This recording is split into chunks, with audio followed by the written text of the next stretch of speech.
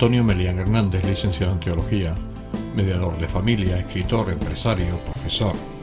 Mi personaje de hoy, nacido en un año del siglo pasado en la localidad sureña de Juan Grande, ha pasado toda su vida comprometido en mejorar la sociedad, con una lucha intensa en todos los estratos sociales que en muchos casos le llegó a pasar factura en su vida personal. Durante 60 minutos tendremos la oportunidad de entrar en el interior de Antonio, que les aseguro no va a tener ningún momento de aburrimiento ni de monotonía. Nos va a permitir entrar en un mundo singular y que les prometo saldremos alimentados de nuestro maltrecho y alicaído bienestar. Empezamos a escuchar a Antonio.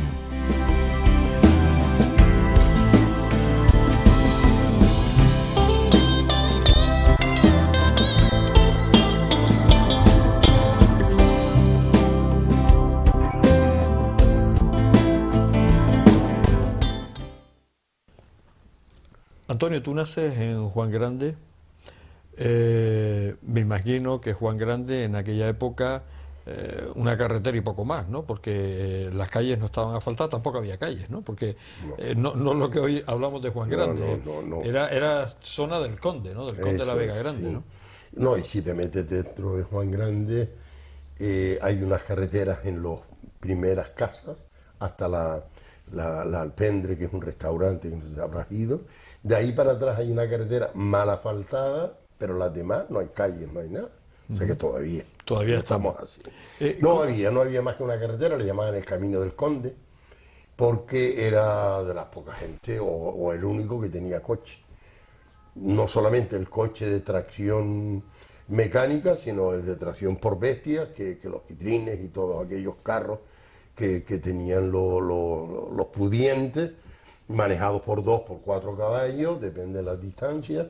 Y esto, ¿cómo se llama? Y era el señor que visitaba su feudo, que era bastante grande, y que se pegaba una semana en llegar cuando no había tracción mecánica. ¿Cómo son tus recuerdos cuando tenías esos 5 o 6 años? ¿Cómo son tus recuerdos? ¿Cómo son aquellos juegos de aquella época? ¿A qué jugabas? Sí, era una etapa original en el sentido de limpieza, ¿no? De partir de la base del ser humano limpio de prejuicios y de moralidades y de historia. Entonces era una vida feliz. Nos levantábamos cansados porque nos habíamos acostado la noche anterior rezando el rosario y haciendo tiras de platanera para los tomateros o guisando el suero, depende de lo que te tocara. Había una distribución de actividades. Porque tú trabajabas con esa edad, con 6, 7 años trabajabas. Sí, era una pregunta que me hice después. Oye, ¿era yo un niño esclavo y tal? Pero la respuesta era que si eso es esclavitud, qué bien, ¿no? Porque yo me lo pasaba muy bien. Yo tenía mis tiempos para trabajar, tenía mis tiempos para jugar, tenía mis responsabilidades, que era el ganado, era que siempre hubiera leche en mi casa, y eso era lo que mi padre decía: tienen ustedes que tener cuidado para que siempre haya 1 o 2 cabras dando leche, con lo cual tenías que controlar al macho, con lo cual eras el responsable de la preñez o no preñez de las cabras, y en qué época se podía permitir y en qué época no se podía permitir. O sea que era un juego o era una actividad responsable. ¿Y la escuela?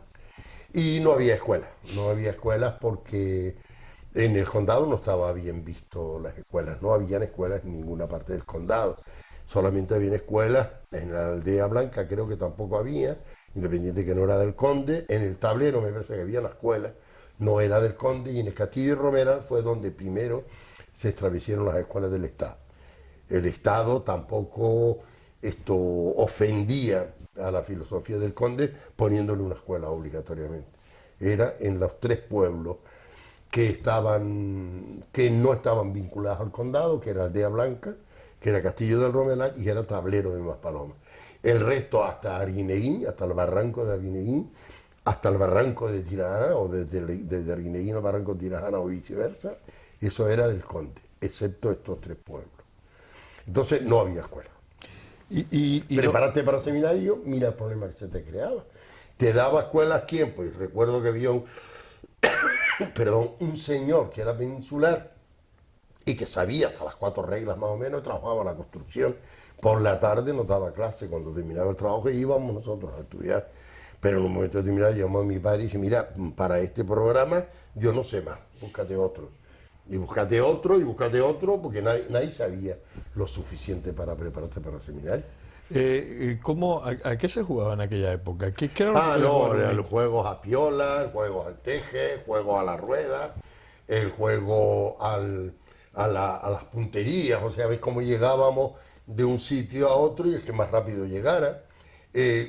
Había una promiscuidad total, teníamos pastoras con nosotros y éramos pastores nosotros también, juntábamos las 5, 6, 7 cabras de cada uno y había un medio ganado, de tal manera que los que tenían los ganados oficiales, uno de ellos era un tío mío y el otro era un pariente de mi padre, protestaron porque una vez vieron y era un ganado ya numeroso, éramos a lo mejor 8 o 10, 10, 12 cabras cada uno, pues mira, ya era un medio ganado.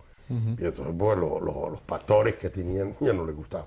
Y jugábamos a todo eso. Recuerdo una vez que hicieron una carretera para ir al Barranco de las Palmas, a la Florida le llamaban aquello.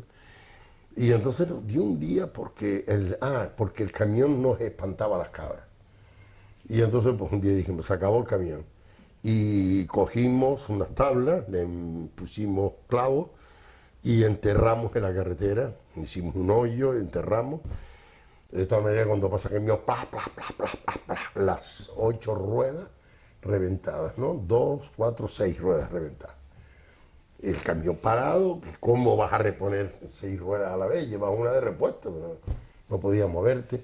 Nosotros atorrados debajo de la montaña, las cabras por allá que habían corrido, y esta gente venga a buscarnos, que como nos cogieran nos mataban, ¿no?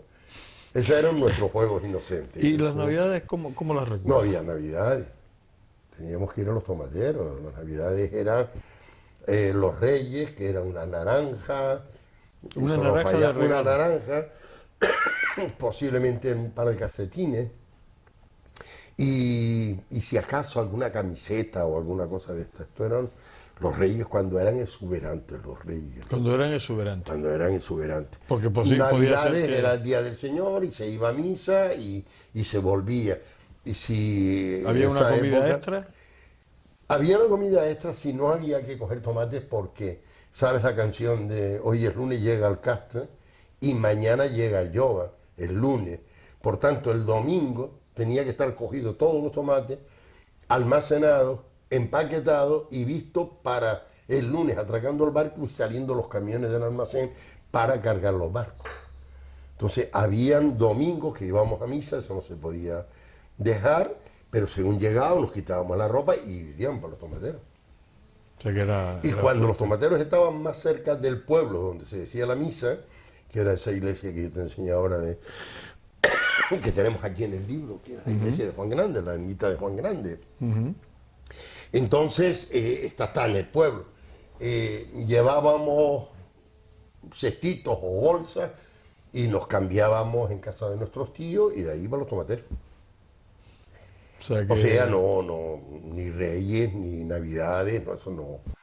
No, yo me acuerdo que la primera vez que celebré las Navidades solemnemente fue el primer año que ya estoy ordenado y que me destinen a Artenara, y ahí celebro con la familia Luján, que le tengo un gran cariño a todos los muchachos y muchachas de esa familia, sus padres ya murieron, que me acogieron en esa casa esos días y yo asombrado, disfrutando de lo que yo mismo creaba, era una cosa muy original. Tú llegas a los 12 años y te preparas para entrar Me al prepara un cura que acaba de fallecer, Francisco López, me prepara, que también es del pueblo, hablan con él y él sacrifica sus vacaciones en el sitio de abajo en Santa Lucía y se queda en casa para prepararme y llevarme al seminario. ¿Por qué tú con 12 años decides entrar en el seminario? Yo quería entrar desde pequeñito, 9, 10 años, ya era monaguillo, era chiquitito, y la primera vez que fui a mudar el misal lo rompí porque se me salió volando por encima de la cabeza y se cuadernó todo el libro, que después hubo que llevarlo a una imprenta y coserlo otra vez, un folio. O sea que ya le empecé a causar problemas a la iglesia desde el primer día que fui a cambiar el misal, ¿no? Le rompí el misal. O sea que ya estaba yo predestinado a esas cosas.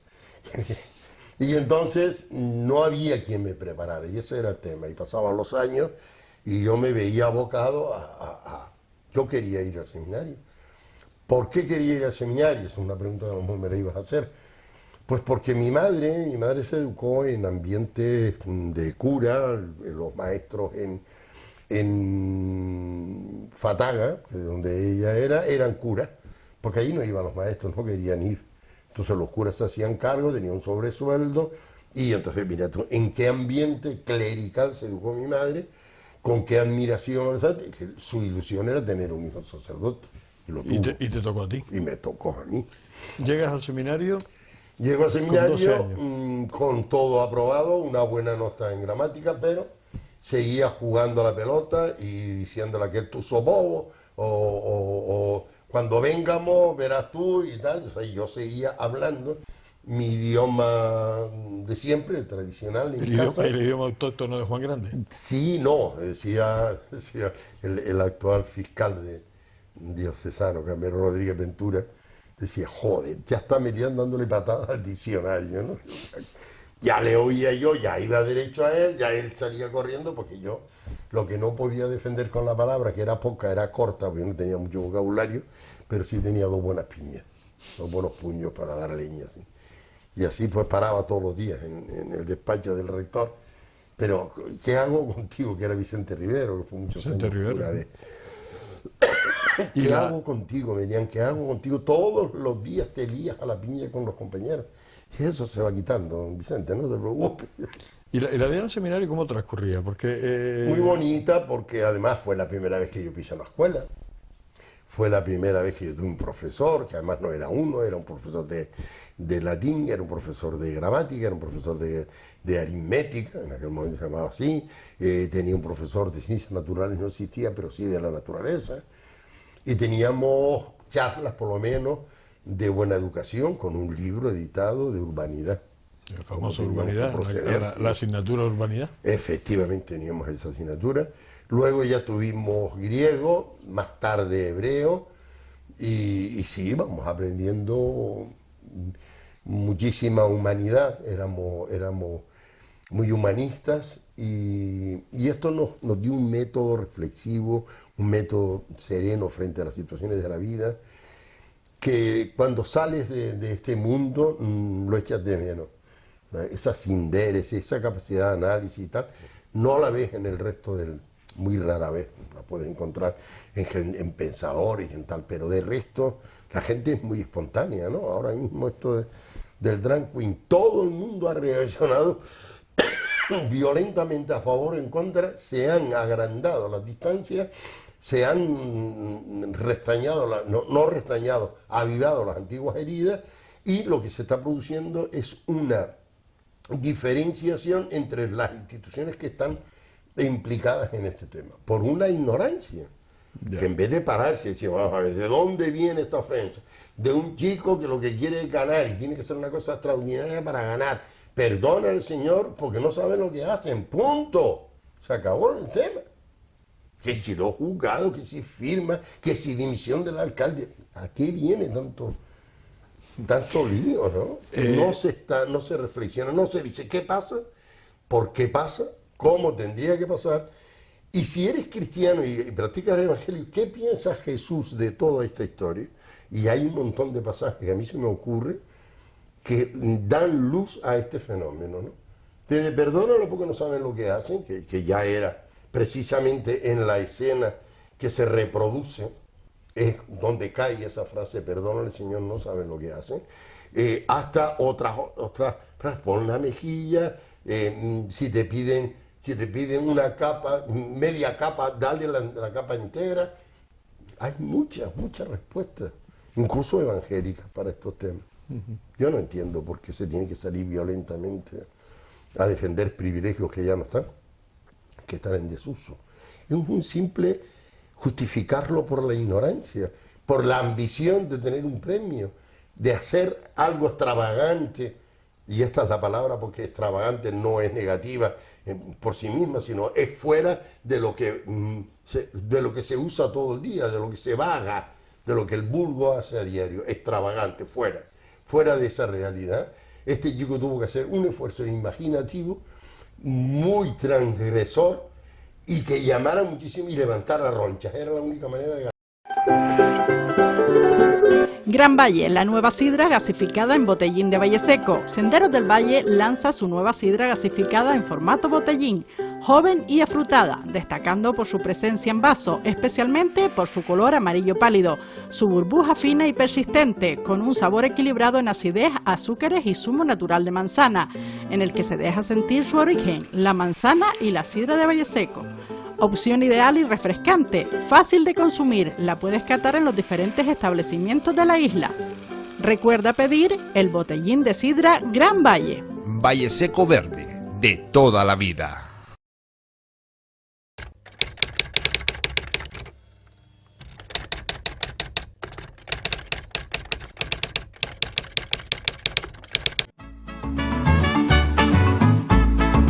El ahorrador de electricidad Estaminal es el único aparato en el mercado que reduce el consumo de electricidad tras haberse instalado en miles de hogares en Canarias. No deje que su factura de electricidad afecte su economía familiar. El ahorrador Estaminal le garantiza una reducción de un 10 hasta un 35% de su recibo de luz. Estaminal no necesita ninguna instalación especial, es autoinstalable y no consume electricidad. Diga basta al excesivo consumo de electricidad y llámenos al 928-481-249. Reduzca hasta un 35% de su factura de electricidad. Estaminal, su seguro de ahorro.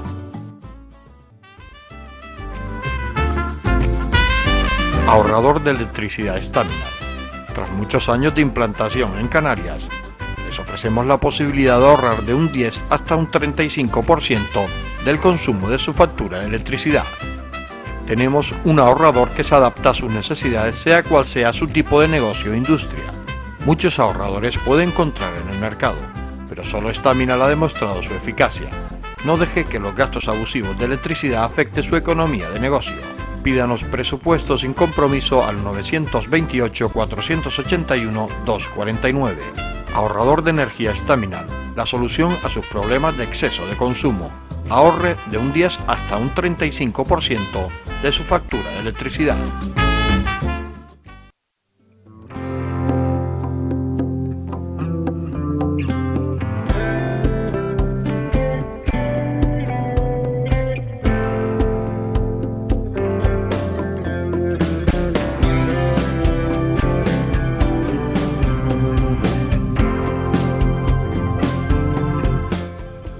Acabamos de escuchar el primer tramo de entrevista, su infancia dura para quien lo escucha, pero feliz en su exposición, su intento de salir de aquel ambiente rural, su entrada en el seminario con 12 años.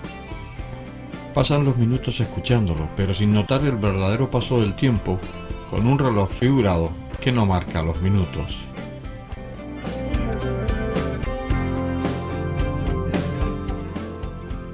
La naturalidad con que se expresa nos lleva a otra dimensión, y nos hace flotar en esa nube imaginaria que siempre buscamos en el infinito, pero que Antonio con su palabra nos hace llegar.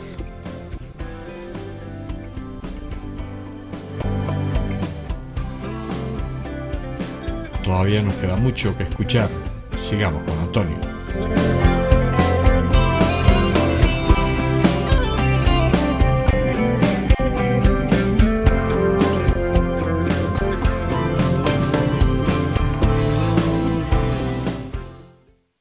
Tu vida en el seminario transcurre, hay un momento en que te sales por enfermedad, te sales del seminario y vuelves. Sí, es un momento, es una anécdota con una trascendencia mortífera, vamos. Un profesor, cura, se entera que tiene un cáncer de hígado, eran enfermedades en aquel momento muy extrañas. Y dijo, pónganse de pie los que voy a nombrar, y entre los que nombró me puse yo.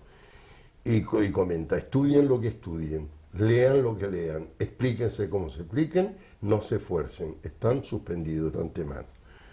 Entonces, el primer día de clase, él ya tenía el veredicto, era una especie de venganza en 5 personas que estábamos ahí, que fue con la lista, Lógicamente, entre el que nombró el primero, habían 3 que eran de su pueblo y tuvo cuidado de saltárselos. Entonces saltó ya a mí y 2 más por debajo de mí, el primero, segundo y 2 más. Éramos 4, 5, eran 5, 3 más. Ahora no recuerdo los nombres, pero... Y entonces a mí me produce una revolución interna que me empiezan a salir unos vejigos impresionantes en los hombros y en las nalgas, pero por la parte esta de arriba, verdugones. Y que no me curaba, ácido, en aquel momento eran ácidos, lo que había era un principio de úlcera provocado por la tensión. Ten en cuenta que yo era o seminario y una vida más o menos que con la que había soñado, o volver a la parcería, o volver otra vez a coger tomate. No era muy agradable la elección. Entonces eso produjo una enfermedad. Me fui a casa, porque no había manera que me curara, porque en el seminario era rondar sobre lo mismo, y esto se denunció el hecho al rectorado, se tuvo mucha pena de la enfermedad del sacerdote, pero no se contempló el daño y el perjuicio enorme que se le hizo a los 5 seminaristas, no se contempló eso. Entonces vuelvo al seminario, pierdo un año, y cuando vuelvo, cuando ya digo, ya tengo que volver, vuelven los síntomas, pero me sobrepuse, porque digo, ahora quien decide soy yo.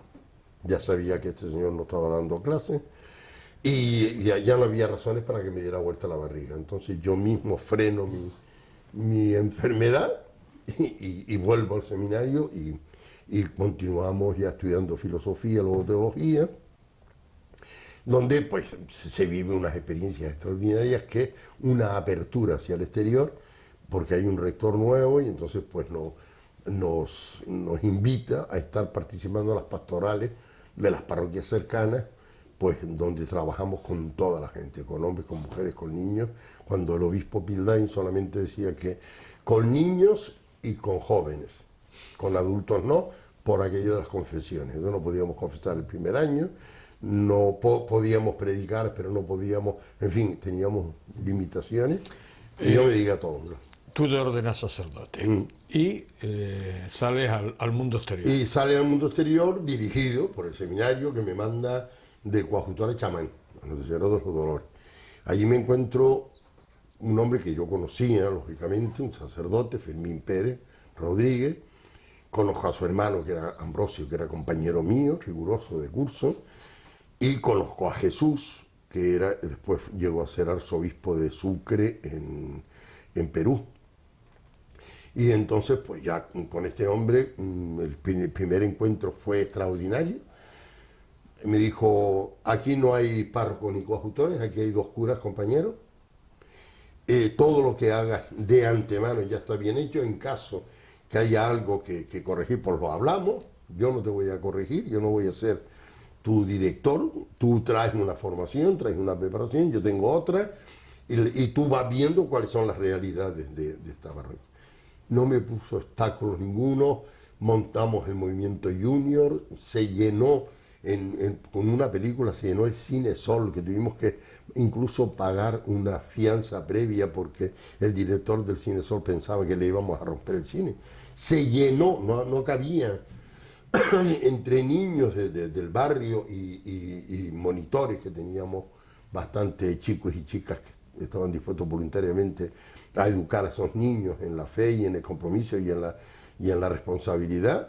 Fue un trabajo de 6 meses que duró mi destino allí. Fue extraordinariamente eficaz. Todavía lo recuerdo. Todavía se acuerdan del cura Yeye. Tu vida transcurre como sacerdote durante... Luego ya me voy al vecindario, estoy otros 6 meses. Allí ocurre un episodio muy desagradable con el cura que estaba, que era todo lo contrario de este, y tuve que meter las rayas como yo sabía hacer. Y entonces, pues nada, se denuncia el caso porque hubo agresión, y dice el vicario, es verdad que el que le pega a otro cura tiene excomunión ipso facto, lo que no dice el derecho canónico, si el que pega es cura también. Y entonces, como no dice nada, aquí no hay caso. Y entonces me escapé por ahí. escapé por ahí. Pero claro, no como castigo, sino como orden de alejamiento, lo interpreté yo, me tuve que venir a Telde. Y en Telde estuve los otros 9 años, con un compromiso totalmente, muchísimo más serio, con desarrollos comunitarios, creación de comunidades.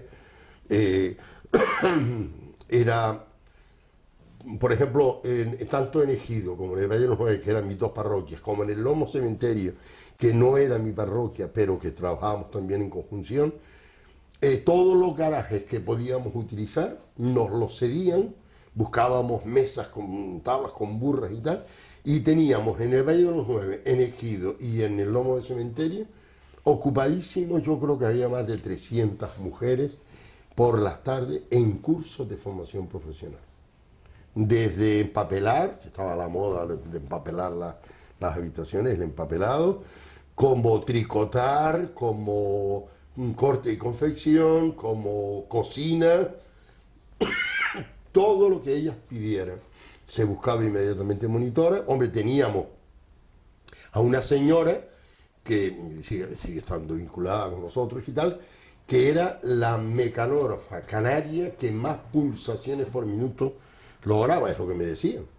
Y entonces pues montamos allí como 15 o 20 máquinas de escribir que nos las regalaban, y entonces aprendían chicos y chicas mecanografía para prepararse para dirección, para secretarias de dirección o administración. ¿Por qué abandonas el sacerdocio? Esos 9 años en Telde, hay un momento en que tú dices que... No, me llaman y me dicen, usted fuera. ¿Por qué? Porque hay una historia, y es que hacer que el pueblo crezca, hacer que el pueblo tome consideración de pueblo y sean los que tomen las decisiones de cómo se hacen las cosas en el pueblo, no ni el alcalde, ni el gobernador civil, ni la guardia civil, ni el maestro, ni el cura. Son ellos.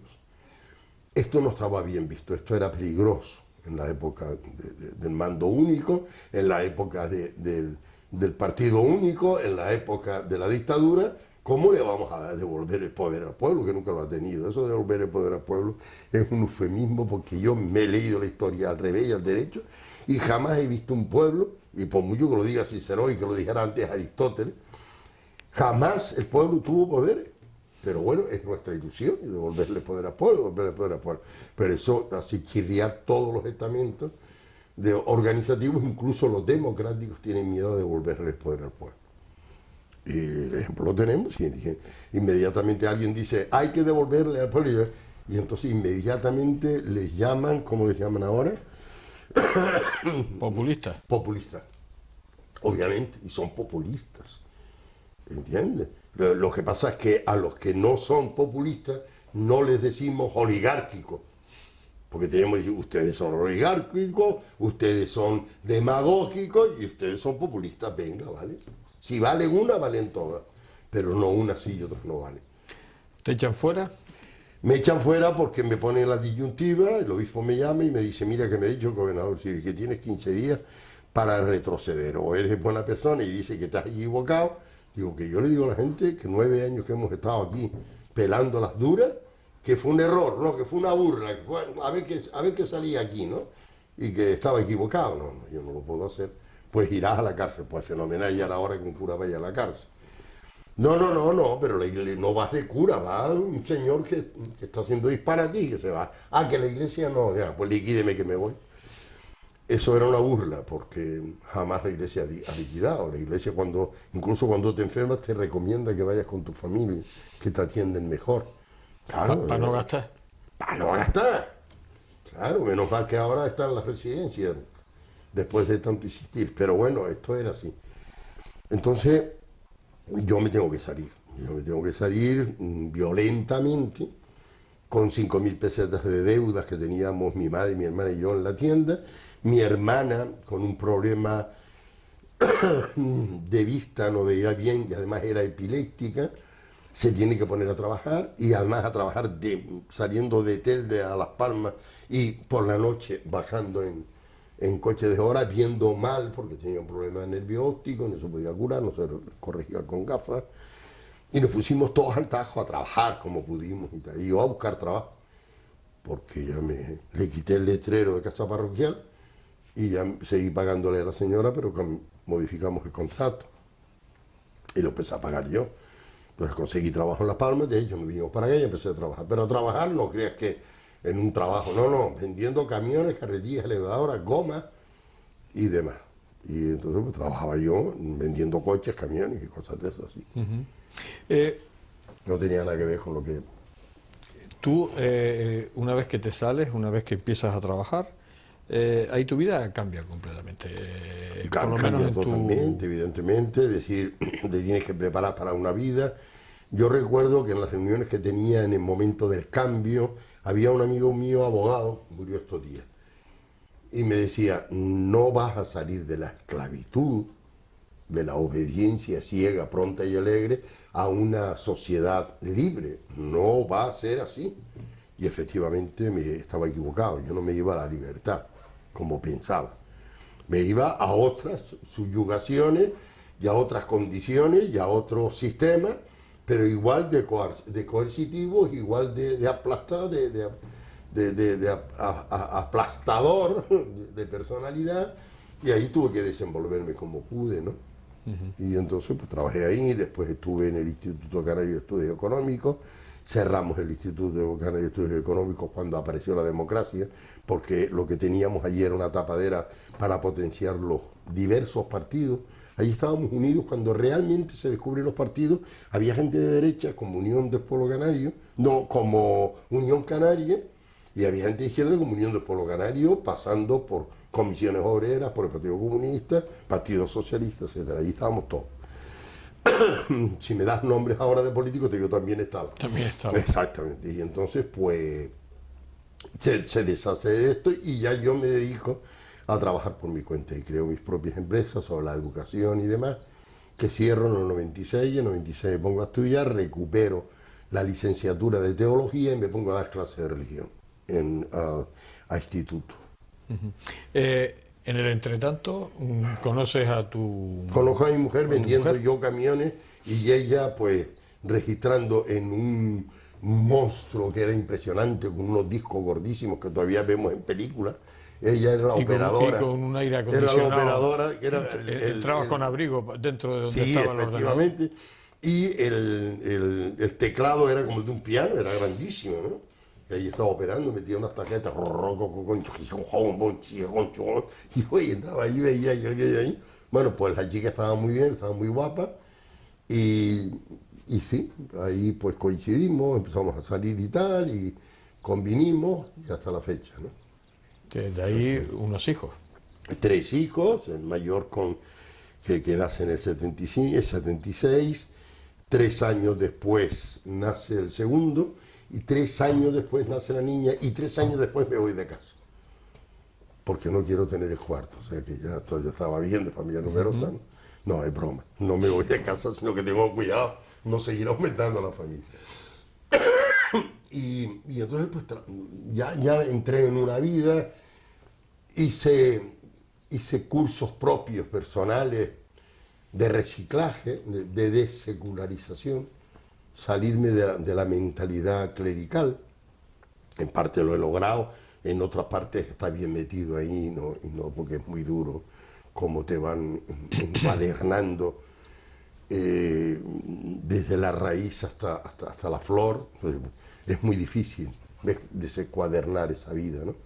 De 12 años de formación, mañana, tarde y noche. Y entonces pues llegas a este mundo, llegas con una inquietud. Yo no he perdido ni mi fe, ni he perdido mi compromiso de acción evangélica. Entonces yo sigo trabajando en parroquias donde me van llamando. Ya yo estoy en una edad que voy donde me llaman, no toco en puertas para trabajar porque ya no estoy yo.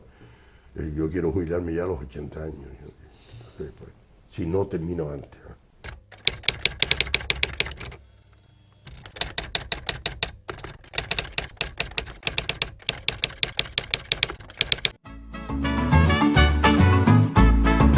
El ahorrador de electricidad Estaminal es el único aparato en el mercado que reduce el consumo de electricidad tras haberse instalado en miles de hogares en Canarias.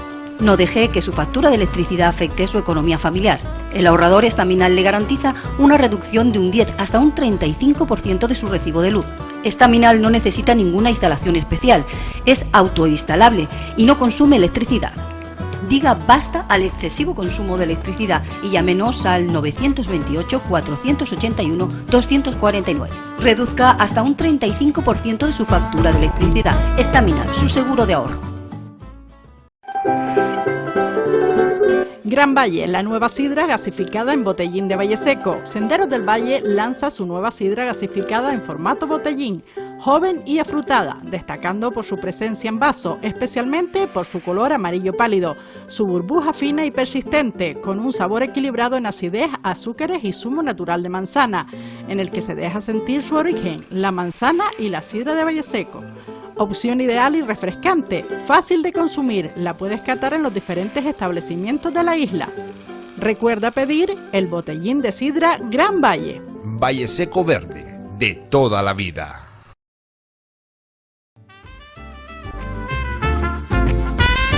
Ahorrador de electricidad Staminar. Tras muchos años de implantación en Canarias, les ofrecemos la posibilidad de ahorrar de un 10 hasta un 35% del consumo de su factura de electricidad. Tenemos un ahorrador que se adapta a sus necesidades, sea cual sea su tipo de negocio o industria. Muchos ahorradores puede encontrar en el mercado, pero solo Staminar ha demostrado su eficacia. No deje que los gastos abusivos de electricidad afecten su economía de negocio. Pídanos presupuesto sin compromiso al 928-481-249. Ahorrador de energía Staminar, la solución a sus problemas de exceso de consumo. Ahorre de un 10 hasta un 35% de su factura de electricidad.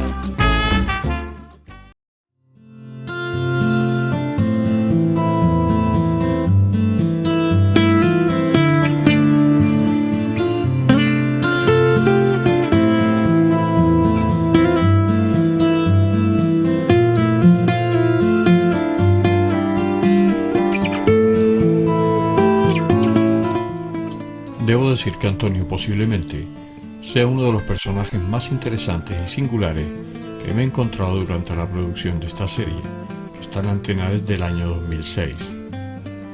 La facilidad que tiene para atraer toda su atención en él durante su conversación y el hacer que estés imbuido de su interior lo hace único. Las luchas vecinales, obreras que participó durante el ejercicio de su sacerdocio, el enfrentamiento con la jerarquía eclesiástica como la autoridad civil o militar, desembocaría en su salida, porque quería ser fiel en sus principios, con la consiguiente factura posterior en que tuvo que luchar por su propia supervivencia. Vamos a seguir escuchando a Antonio. No podemos ni queremos perder tiempo.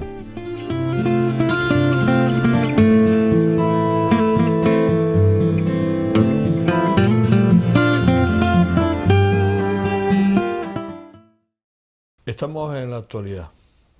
¿Cómo te sientes? Bien, jubilado, haciendo lo que tenía en mente hacer, que era escribir, era revivir toda mi historia y empezar a plasmarla de alguna manera.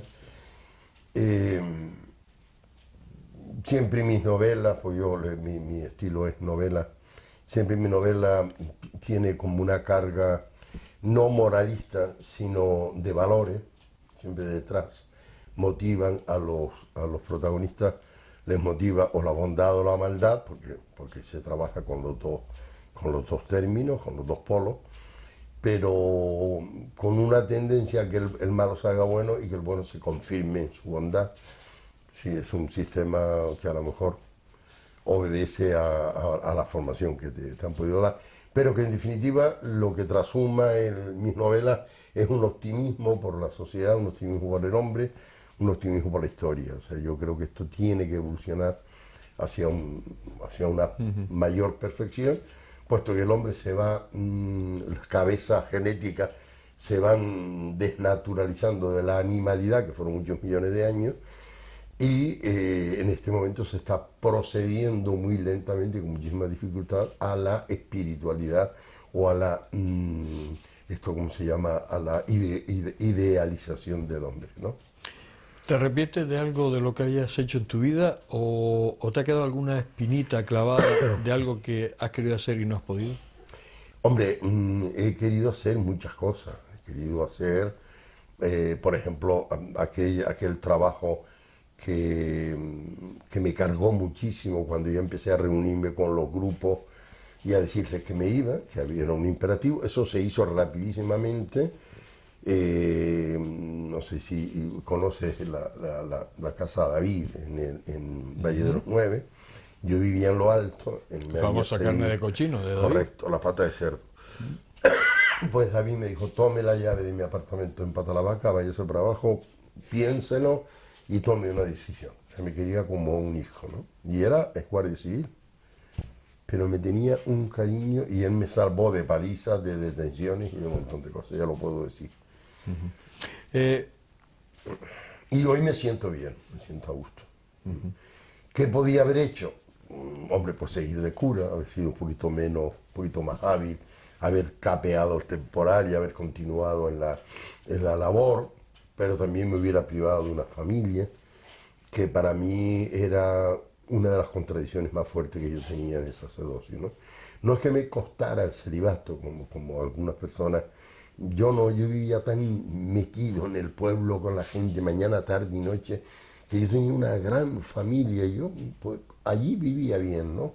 Vivía querido, vivía valorado, valoraba y quería. Que había una simbiosis que todavía llego yo a esas calles y los abrazos y los besos y pasa para adentro y toma café y tú sabes que esta siempre ha sido tu casa, todavía, 40 y pico de años después. ¿Tienes muchos amigos? Muchísimos, muchísimos amigos. Sí, es una cuestión que cultivo como los chiquillos cromos, ¿no? Una cuestión que me encanta, conocer gente y a esa gente ya automáticamente les incorporo una amistad. Me llevo chascos. Yo recuerdo una vez un chavalillo que conocí por el trabajo que realizaba, conocí como un chico de fuera que venía mucho al pueblo, a Telde en concreto, que es donde yo estaba trabajando. Y un día me lo encuentro, después de un montón de años, entrando al Cabildo, y lo conocí. Y entonces le llamé por su nombre y se volvió. Dijo, hombre, que yo soy Antonio Belián, que no sé si te acuerdas de mí cuando ibas al Lomo Cementerio. Y dice, sí, ¿y qué? Digo, no, nada, por saludarte y tal. Entonces, para él, eso fue una historia, fue un episodio, para mí fue un gran amigo que volví a repescar, ¿no? ¿Y enemigos? Sí, pero no los tenía yo. Estaba muy a pesar mío, estaban mis enemigos. Tal es así que yo a mis enemigos les dejaba la puerta abierta. De hecho, en un follón que se montó en el pueblo, ya político, puramente político, a mí me echaron del instituto. Y me echó del instituto este gran amigo mío que presumía de estar en mi equipo, trabajando, y de lo que estaba era quedándose con todas las movidas, con todo la agenda de nuestros trabajos, para él ir denunciando después en el sistema pues nuestras situaciones y para hacer una persecución muy de cerca. Y yo me preguntaba, ¿quién da esta información? Y era esta persona que era mi enemigo y que presumía de amigo y que yo me lo creía. ¿Qué piensas de la iglesia? Bueno, y cuando hablo de iglesia hablo de todo el sí, el estanivel, el montaje, diríamos. El montaje. Bueno, vamos a ver, la iglesia tiene una historia, y una historia irrepetible, y es una historia que no podemos borrar. La perreta de borrar las iglesias. Yo era iconoclasta, yo era de los que había que borrar el Vaticano, hasta que entré por primera vez al Vaticano y me temblaban los pies viendo aquel monumento y digo, esto no se puede destruir.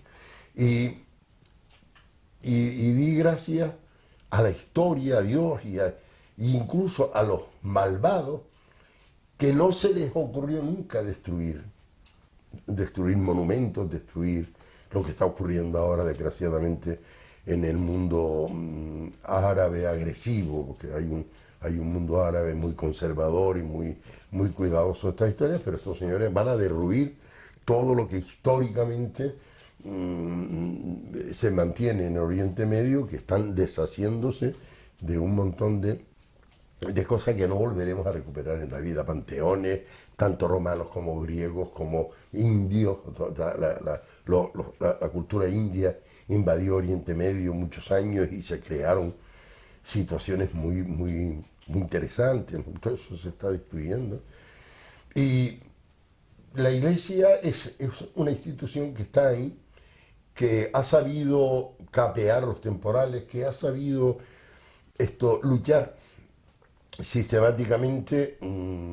Si analizamos políticamente, a lo mejor con uno escorado hacia el poder, sistemáticamente escorada la Iglesia hacia el poder, con lo cual va soportando los diversos poderes que van desapareciendo, pero que el de ella continúa, ¿no?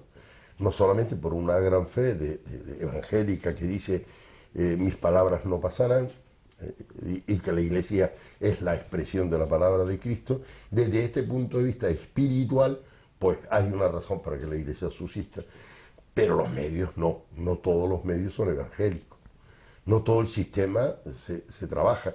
De hecho, en este momento la persona más crítica que hay dentro de la Iglesia es el Papa.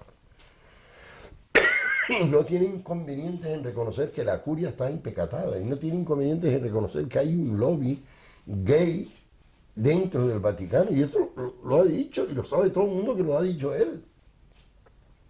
Y hay una razón por la que no vive en el Palacio Papal, por psicología y por seguridad, lo ha dicho él en un avión a todos los periodistas que quisieron escucharle. El hombre más crítico que en este momento hay de la Iglesia es el propio Papa, por lo tanto no te voy a descubrir nada nuevo, ¿no? Pero que eso lleva a una perfección, lleva a una corrección. ¿Y la política? Porque además, sobre todo, tú pudiste vivir lo que la Iglesia y la política convivieron en un determinado momento en España. Pero yo viví una política, no tuve nunca carnet, nunca me afilié a nadie. Utilizaba los partidos que estaban ahí en clandestinidad, sobre todo partidos de izquierda, fueron asesores nuestros, asesores económicos, asesores sociales. Fernando, así como Óscar Vergasa era socialista, Fernando Vergasa, el hermano mayor, ingeniero de camino, era de la UCD, era de derecha, y este hombre diseñó un puente para el Valle de los Nueve con la olla de Manrique, que estaba dividida eternamente, intentar canalizarla por carreteras, ¿no? Le dio un vaído, tuvimos que sacarlo de allí en una ambulancia. O sea que yo tenía colaboradores de toda la amplia gama política que los utilizaba. Eduardo Cáceres, comunista, hijo de comunista fusilado, que fue su padre. Entonces, colaboró y creó en la universidad un equipo de arquitectos que diseñaron la capillita, que eran 3 pisos o 4 pisos que había, y al final del piso estaba la iglesia, y debajo estaba un salón de reunión social, oficinas en el segundo, y en el tercero el gran salón que era la iglesia. O sea, cosas así, porque íbamos avanzando en la nueva visión del mundo. Yo de la Iglesia te puedo decir que está ahí, que se tiene que convertir, que tiene que producirse ya una conversión fuerte, enérgica, dolorosa, sobre todo para los capitostes, ¿no? Esta denuncia que hace la concejala de Carnaval, ¿cómo se llama? Inmaculada Medina. Isma Medina, diciendo porque son unos príncipes, viven como príncipes, es verdad. Es verdad que son escandalosamente vividores, y con eso hay que acabar, y hay que acabar ya rápidamente. ¿Cómo te gustaría que fueras recordado? Hombre, yo siempre digo que yo tengo que vivir los años suficientes para que mis 2 nietos, por lo menos estos 2, me recuerden. Y esto no va a ocurrir hasta los 7, 8 años. Por tanto, yo tengo la esperanza, mira cómo estoy, yo nazco, pero mi esperanza de vida es que por lo menos a los 8, 9 años yo voy a vivir porque cuando nació el primero, el niño, según le cogí recién nacido, se me quedó así, con esos ojos que tiene maravillosos. Pero un buen rato el padre se dio cuenta, empezó a hacer fotos, y tengo las fotos yo de ese niño, y se lo devolvió a la madre y le dijo, algún día nos sentaremos tú y yo, le dije al niño, y me explicarás qué me has dicho con esa mirada, ¿no? Entonces yo me gustaría ser recordado como ese hombre que pasó por el mundo intentando mejorarlo, y al mismo tiempo mejorarme yo, porque yo no soy un mirlo blanco, sino que yo pertenezco a la raza humana, no soy la gente. Dice, ten cuidado que la gente es muy mala, que yo también soy gente. Y yo también tengo algo de malo, pero también tengo algo de bueno, también estoy a tu lado, ¿no? Es decir, tú eres bueno, yo soy malo. La gente, no, tú eres bueno, la gente es mala y tú me dices que yo sea bueno como tú, pero que yo también quiero ser como la gente, que también es buena. O sea que me tengo un lío con los buenos y los malos, que ya para mí todo el mundo es bueno, como decía Zúñiga, ¿te acuerdas? Que decía, todo el mundo es bueno, en la película que llegué. Esto te lleva palos, ¿no? Te llevas un montón de palos, porque crees en la gente, crees que tal, y de repente te llevas una que te dice, pues no, pero lo hizo sin querer, joder. Y esta no, que no soporta esas justificaciones, pues mira, estamos todo el día a la greña, ¿no? Que no. Pero yo quería ser recordado así, con mis libros, con mi manera de pensar, lo que pueda aportar yo a la sociedad en lo que me queda de vida. No tengo muchas pretensiones, ¿no?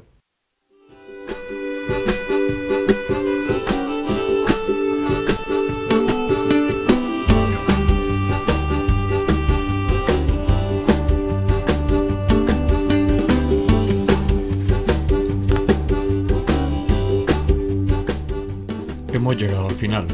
Parece increíble que haya pasado 60 minutos de conversación. Mis compañeras y yo hemos estado, sin quererlo, en otro mundo. En ese mundo que todos queremos estar, y que Antonio nos presta la llave para estar.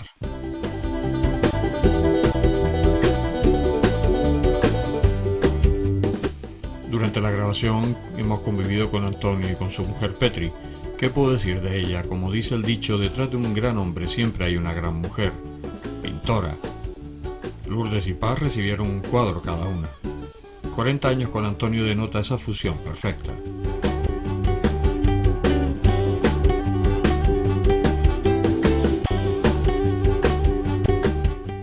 Nos firmaba ejemplares de su libro El Éxodo, una conspiración hebrea, para todos los compañeros del programa No Somos Mayores, incluyendo al realizador Orlando Díaz.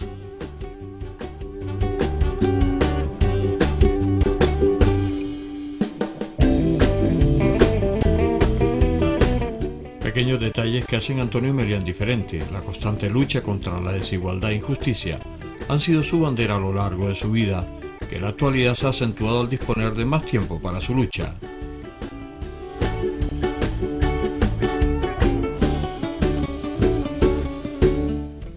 Antonio Melián Hernández, licenciado en Teología, profesor, escritor, bienhechor de esta sociedad, debo darte las gracias por habernos permitido entrar en ese interior que ha resultado ser un fármaco ideal contra el estrés y el desasosiego que la gran mayoría padecemos. Se nos acaba el tiempo, llega el momento de la despedida, pero tengo que decir que por nuestra parte queda abierta una puerta hacia la amistad sincera, que estoy seguro que nunca se va a cerrar. Antonio, amigo, no cambies, personas como tú no abundan en este desierto que vivimos. Hasta siempre.